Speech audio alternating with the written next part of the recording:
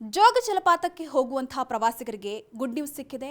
ಜೋಗ ಜಲಪಾತದ ಸೌಂದರ್ಯವನ್ನ ಸವಿಯಲು ಇದೇ ಮೊದಲ ಬಾರಿಗೆ ಜೋಗದಲ್ಲಿ ಜಿಪ್ ಲೈನ್ ಯೋಜನೆಯನ್ನ ಜಾರಿ ಮಾಡಲು ಜೋಗ ನಿರ್ವಾಹಕ ಪ್ರಾಧಿಕಾರ ಸಜ್ಜಾಗ್ತಾ ಇದ್ದು, ಇನ್ನು 3 ತಿಂಗಳಲ್ಲಿ ಈ ಜಲಪಾತದ ಮೇಲೆ ಜಿಪ್ ಲೈನ್ ಬರಲಿದೆಯಂತೆ. ಹೌದು, 2020ರಲ್ಲಿ ಜಿಪ್ ಲೈನ್ ಯೋಜನೆ ಆರಂಭಿಸುವಂತಹ ಕುರಿತು ಸರ್ಕಾರಕ್ಕೆ ಪ್ರಸ್ತಾವನೆಯನ್ನ ಸಲ್ಲಿಸಲಾಗಿತ್ತು. ಆದರೆ ಹಲವು ಕಾರಣಗಳಿಂದ ಯೋಜನೆ ಆರಂಭ ಮಾಡಿರಲಿಲ್ಲ. ಇದೀಗ ಈ ಯೋಜನೆಗೆ ಮತ್ತೆ ಮರುಜೀವ ಬಂದಿದ್ದು, ಪ್ರವಾಸಿಗರಿಗೆ ಹೊಸ ಅನುಭವ ನೀಡುವಂತಹ ಉದ್ದೇಶದಿಂದ ಈ ಯೋಜನೆಯನ್ನ ಆರಂಭಿಸಲಾಗ್ತಾ ಇದೆ. ಸದ್ಯ ಈ ಜೋಗ ಜಲಪಾತದ ಸಮಗ್ರ ಯೋಜನೆಯ ಅಡಿಯಲ್ಲಿ 130 ಕೋಟಿ ರೂಪಾಯಿಗಳ ವೆಚ್ಚದಲ್ಲಿ ಅಭಿವೃದ್ಧಿ ಕಾರ್ಯ ನಡೀತಾ ಇದ್ದು, ಇದರ ಒಂದು ಭಾಗ ಜಿಪ್ ಲೈನ್ ಯೋಜನೆಯಾಗಿದೆಯಂತೆ. ಇನ್ನು ಈ ಜಿಪ್ ಲೈನ್ ಸುಮಾರು 460 ಮೀಟರ್ ಉದ್ದವಿರಲಿದ್ದು, ಯಾತ್ರಿ ನಿವಾಸದ ಪ್ರವೇಶ ದ್ವಾರದ ಬಳಿ ಪ್ರಾರಂಭವಾಗಿ ವ್ಯೂಡೆಕ್ 2ರಲ್ಲಿ ಕೊನೆಗೊಳ್ಳಲಿದೆಯಂತೆ.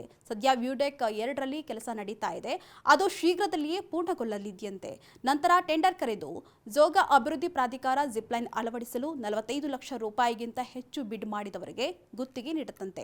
ಅದರಲ್ಲಿ ಆಯ್ಕೆಯಾದಂತಹ ಏಜೆನ್ಸಿಗೆ 3 ವರ್ಷಗಳವರೆಗೆ ಜಿಪ್ ಲೈನ್ ನಿರ್ವಹಣೆ ಮಾಡುವಂತಹ ಹಕ್ಕು ಇರಲಿದೆಯಂತೆ.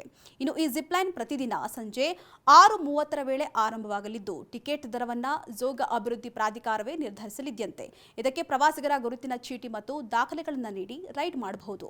ಇನ್ನು ಜಿಪ್ ಲೈನ್ನಲ್ಲಿ ಪ್ರವಾಸಿಗರು ಹೋಗುವಾಗ ಯಾವುದೇ ರೀತಿಯಾದಂತಹ ಅಹಿತಕರ ಘಟನೆಗಳು ನಡೆದರೆ ಸೇವಾ ಪೂರೈಕೆದಾರರೇ ಜವಾಬ್ದಾರರು ಆಗಿರ್ತಾರಂತೆ. ಇನ್ನು ಅಗತ್ಯವಿದ್ದರೆ ಅವರೇ ಪರಿಹಾರವನ್ನ ಕೂಡ ನೀಡಬೇಕಾಗತ್ತೆ ಅಂತ ಹೇಳಿ ಈಗಾಗಲೇ ನಿಯಮವನ್ನು ವಿಧಿಸಲಾಗಿದೆ.